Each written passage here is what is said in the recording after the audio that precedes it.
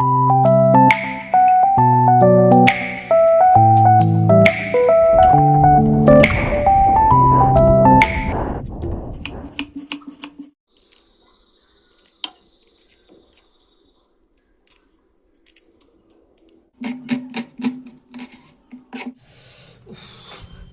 পাচ্ছে,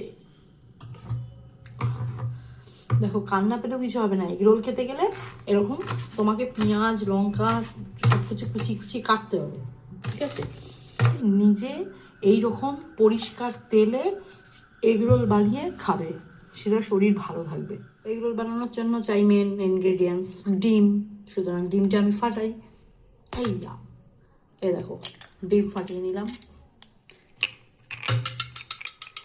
অবশ্যই এতে নুন অ্যাড করবো, সেটা আর দেখাচ্ছি না।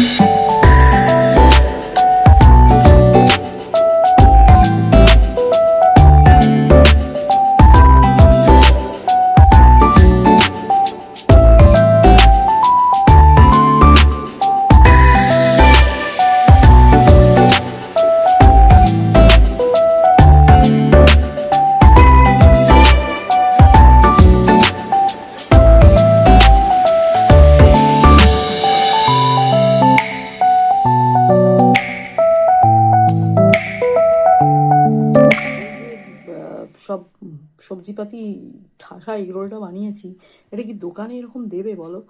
এইরকম এগরোলটার কত দাম হবে, অথচ কত সুন্দর।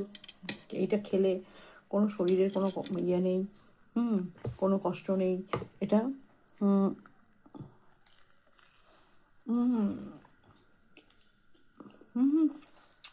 দারুণ দারুণ। এই নিজে বানিয়ে খাওয়ার মজাটাই আলাদা। বাড়িতে বানাও এরকম এগরোল, যেদিন খেতে ইচ্ছা করবে না এরকম এগরোল বানাও, একটা খেয়ে নেবে, ব্যাস।